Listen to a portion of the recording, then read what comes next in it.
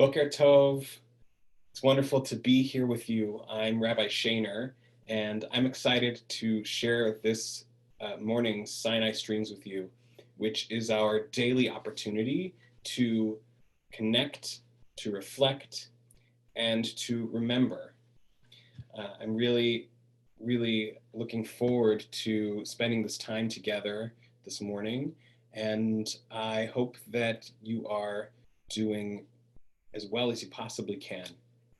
We're going to begin with a simple prayer of gratitude, which acknowledges that even of all of the miracles in our tradition, the miracle of splitting a sea in two to let our ancestors walk on dry land, for example, or a burning bush which talks and reveals to Moses the presence of God. Of all of those miracles, one of the most important is just the fact that we are here today, that we opened our eyes and we sat up and we stretched our bodies and we managed to exist. And so with that, we will turn to say a blessing of thanks for that very fact. Baruch atah Adonai Eloheinu melech haolam אשר יצר את האדם בחוכמה וברא נקבים נקבים חלולים חלולים גלוי וידוע לפני כיסא כבודך שאם יפתח אחד מהם או יסתם אחד מהם אי אפשר להתקיים ולעמוד לפניך ברוך אתה אדוני רופא כל בשר ומפליא לעשות. And now we take a moment to focus on the fact that we are able to learn, to study, to engage in viewing our world as an opportunity to have meaning. And so we say this blessing for engaging with the study of Torah. Baruch atah Adonai Eloheinu melech haolam אשר קידשנו במצוותיו וציוונו לעסוק בדברי תורה. והערב נא אדוני אלוהינו את דברי תורתך בפינו ובפי עמך בית ישראל, ונהיה אנחנו וצאצאינו וצאצאי עמך בית ישראל, כולנו יודעי שמך ולומדי תורתך לשמה. ברוך אתה אדוני המלמד תורה לעמו ישראל.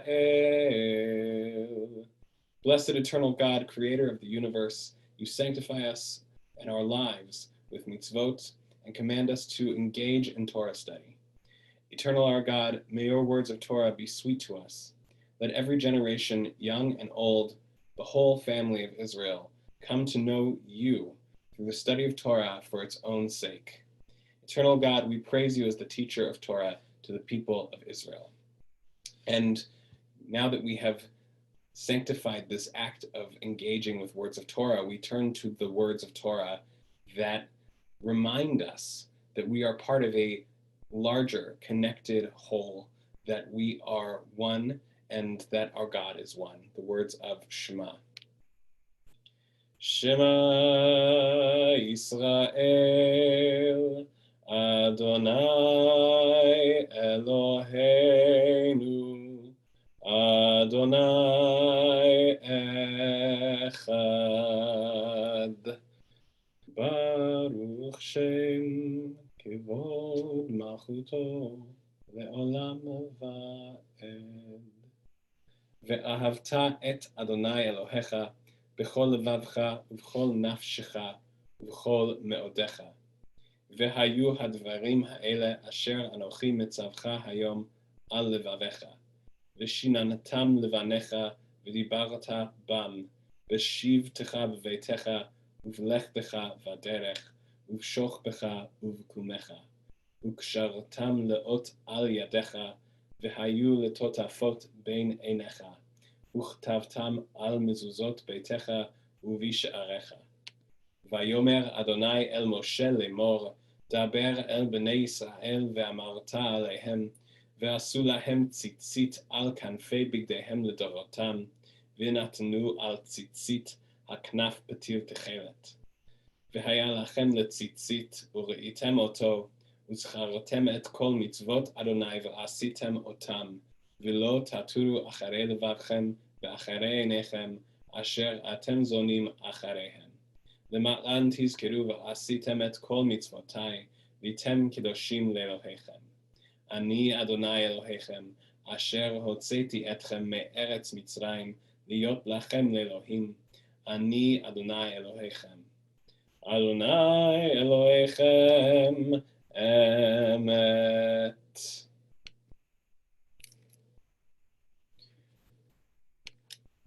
We embrace this oneness of Shema as a community.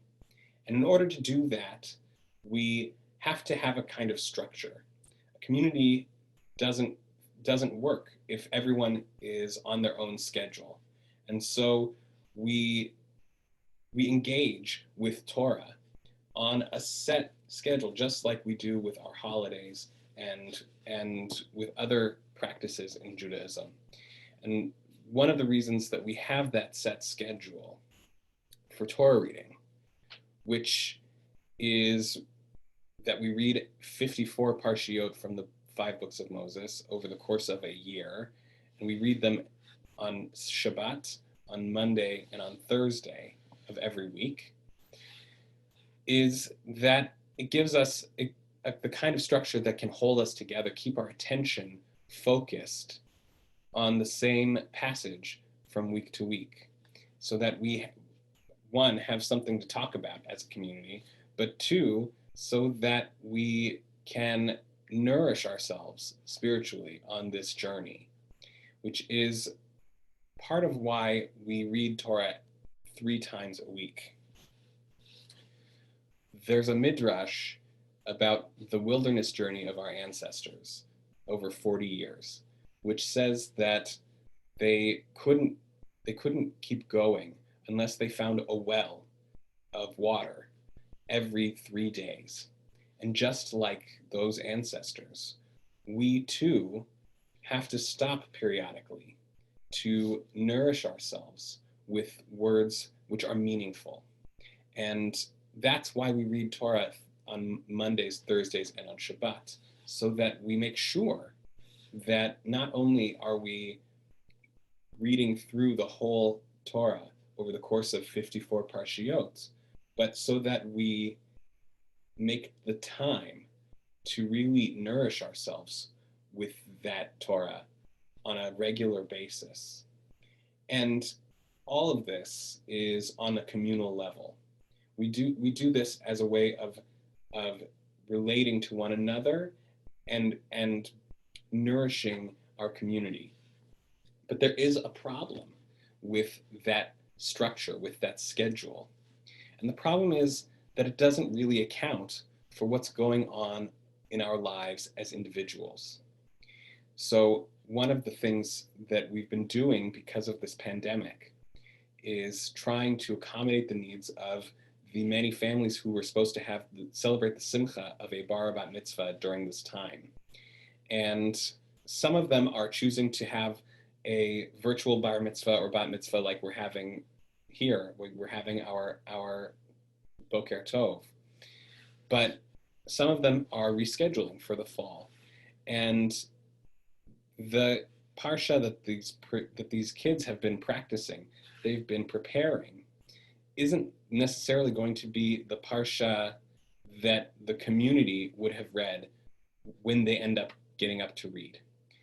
That is to say that our kids are going to read what they have prepared, even if it's not where the schedule wanted to take us. And that's just one way in which a very inflexible structure can cause a bit of dissonance between the communal and the individual level.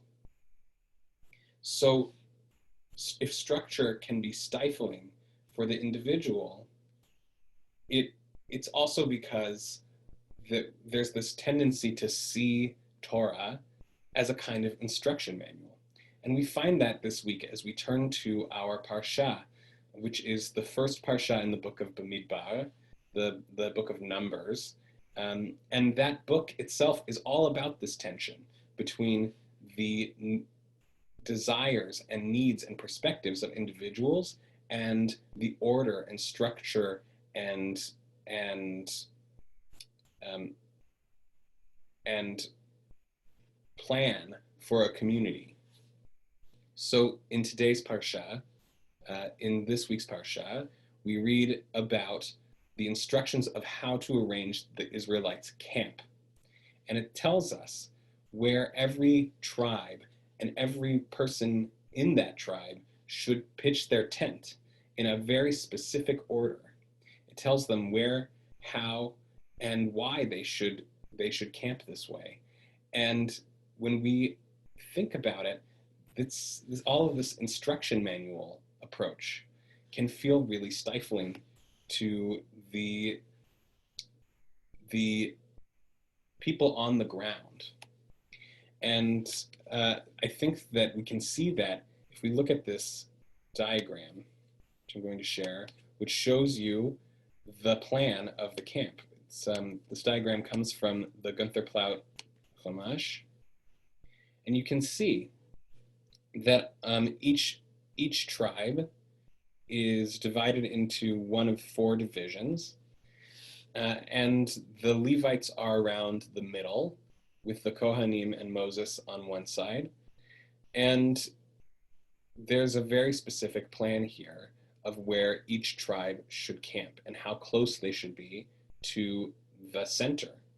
The center is the Mishkan, the tabernacle, which contains Torah. It contains the tablets that Moses brought down from Mount Sinai. And so with Torah at the center of this community, it looks very orderly, but we can imagine that on an individual level, there might be some resentment, some worry about not fitting into this plan. That putting Torah at the center might mean that everyone feels like they are having to do things exactly the same way. And so I want to focus now on the actual commandment, which tells something to us about how this is supposed to go. So it says, "Vaydaber Adonai el Moshe ve'el Aharon lemor, ish al diglo be'otot levet avotam, yachanu b'nei Yisrael." The Israelites should camp, each person, ish al diglo. Each person should camp by their own standard. And then, only then, does it come and say, levet avotam, according to the house of their ancestors. By putting the individual finding their own spot first, and then arranging that in the tribal arrangement that we see in this diagram, there is room for a kind of perspective to open up, that each person is an individual, is unique, has something to contribute to the camp as a whole, and that the structure is only there to contain that, to hold it together, but not to tell people how they should think, where they should go, what they should do. And one of the other diagrams that I found of the camp, I think, illustrates this really well. So you see here, right up here on the left, that this is a diagram of the same camp, and the tribes are arranged in the same division, but they're not stacked like in the other diagram. They're actually staggered. And what you see is that Yehuda here, which is closer to the center, is in one spot, but Yisachar and Zvulun, which are part of the same division, are spread out a little farther. And by staggering, we make this beautiful shape that we recognize very well. It's the Magen David, the star, the 6-pointed star, which is a shield for our people, which is a symbol of our belonging. And so even though some people may be closer to the center, closer to the Torah, and some people may be farther out, all of them have a role to play. All of them have a unique perspective. And what I love about this diagram is that it matches somewhat with the commentary of the Rebbe Aharon of Karlin, in 19th century Hasidic rabbi who has this teaching about this phrase in the Torah that each person should camp al diglo according to their own standard. The Rebbe of Karlin says each Jewish person is obligated to know and to think that they are completely unique in the world and in their outlook, and to realize that there has not ever been one person like them. Since if there had been one person like them, there would be no need for them to exist. Truthfully, each person is something new in creation and needs to work on the character traits and perspectives that belong uniquely to their neshama until all our worlds are repaired by the Klal Yisrael, the totality of the entire people of Israel. All of this is a fancy way of saying that putting Torah at the center of our community is easy because we have a structure for it. But putting Torah at the center of our lives is hard because it requires that it sounds like it requires that we put aside our own unique perspective and our own unique desires. But that couldn't be further from the truth. We can't put Torah at the center unless we find our diglo, our own standard, our own perspective. And we have to work hard to do that. But when we do, we have the room to turn around and see that wherever we are as individuals, we are connected as a people by those values that are at the center of what we do. And so I want to leave us with a challenge this morning. Today is the 42nd day of the Omer, which means that there are exactly 7 days left until Shavuot, the holiday which celebrates the giving of Torah at Sinai. And so in the next week, ask yourself, where am I? What am I thinking about right now? And know that the Torah probably has something to say about it. Try to find your own perspective and then ask, what is that? What does the Torah have to say about this? And have that conversation. And if you want, you could bring it up with a friend. If you need, you could bring it up with your rabbi. But we have to work to find our real perspective on things, our own unique voice that no one else can share. And we have to work to bring that into the conversation that we are all having as a community. And so now we turn our thoughts to those individuals whose lives are being shaped in this moment by a need for healing, for wholeness, and for protection. Whether they are ill, isolated, or working hard on the front line to protect our entire community and our entire people from the illness that we are facing right now. We turn our thoughts and our hearts to them, and we offer this prayer to God that they will have wholeness, healing, and protection. Mishaberach Avotenu Avraham Yitzchak veYaakov ve'imotenu Sarah Rivka Leah veRachel v'yirapeh et kol makotenu. Yehi ratzon milfanecha Adonai Eloheinu lahachalimam ulrapotam ve'yishlach lanu mehera refuah shlema ve'achteret shalom v'nomar Amen. May the one who blessed our fathers Abraham, Isaac, and Jacob, and our mothers Sarah, Rebecca, Leah, and Rachel, heal all who are suffering. May it be your will to provide healing and strength and reveal to us the holiness of life, the wholeness of shalom. And let us say together, Amen. Take a moment now to stand with those who are remembering the people who helped them develop their own unique perspective, the people who taught them who they are and what they stand for. And we hold them in our hearts even though they are no longer with us. We remember now those who died at this time in years past and those who died recently. Within the period of Shloshim, the last 30 days, we are remembering Marcia Mason, Pauline Milrad, Oved Ben Ari, Andrew Kosman, Paula Rich, Susie Matevida, Esther Siskind, Cheryl Okorovsky, and Irving Coven, as well as Amit Ben Yigal, a victim of terror in Israel.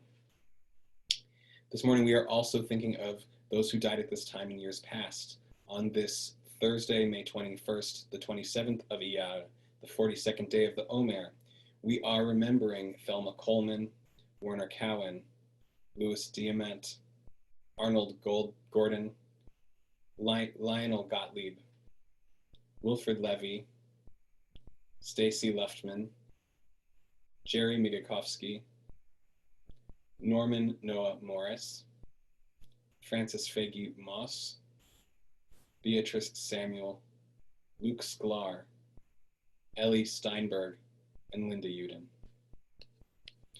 We turn to words sanctified by memory, words glorified by hope, as we remember them and recite the Kaddish Yatom.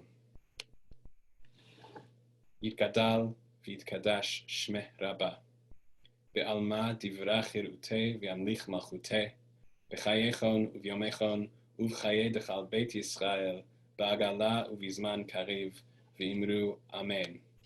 Yehe shmeh Rabba mevarach, le'alam u'le'almeh almaya. Yitbarach v'yishtabach v'yitpa'ar v'yitromam v'yitnaseh. V'yithadar v'yit'aleh v'yithalal shmeh dekudsha b'richu. Le'ela min kol birchata v'shirata, tushbechata v'nechemata, da'amiran be'alma v'imru Amen. Yehe shlama rabba min shmaya, v'chayim aleinu ve'al kol Yisrael, v'imru Amen. Oseh shalom b'mromav, hu yaraseh shalom aleinu ve'al kol Yisrael, v'imru Amen. May the source of peace send peace to all who remember, and comfort to all who are bereaved. Let us say together, Amen. Well, I wish you a wonderful day. I hope that you get out there and enjoy some of this beautiful weather we've been having, and that you are able to turn your thoughts to the questions and the concerns that you have in your life right now, and know that the Torah is there saying something about it. This afternoon, I hope you'll join us about 12:30 with Rabbi Sue Oren.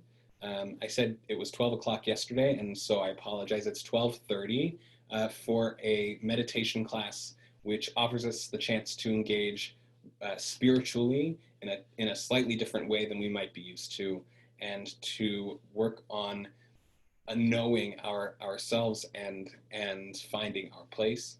So again, that's at 12:30 with Rabbi Sue Oren, and you can find the link for that on the website. It's over Zoom like this. And next week we will be celebrating Shavuot with several Sinai streams, including a special service for our confirmation students and their families, as well as special teaching with Rabbi Larry Englander, and participating in the CCRJ, the Canadian Conference? No, the CCRJ, the Canadian Reformed Jewish organization. You know what I mean. Where we will have an all-night study session across Canada. Both Rabbi Dolgan and myself are teaching on that. I see Lana, you just corrected me. It's the Canadian Council for Reformed Judaism. Thank you. And that will be all night on Thursday night next week, celebrating Shavuot. I hope that you'll find something interesting to learn on that night with us. And until then, I hope that I'll see you tomorrow for a wonderful way to start our day again. Boker Tov.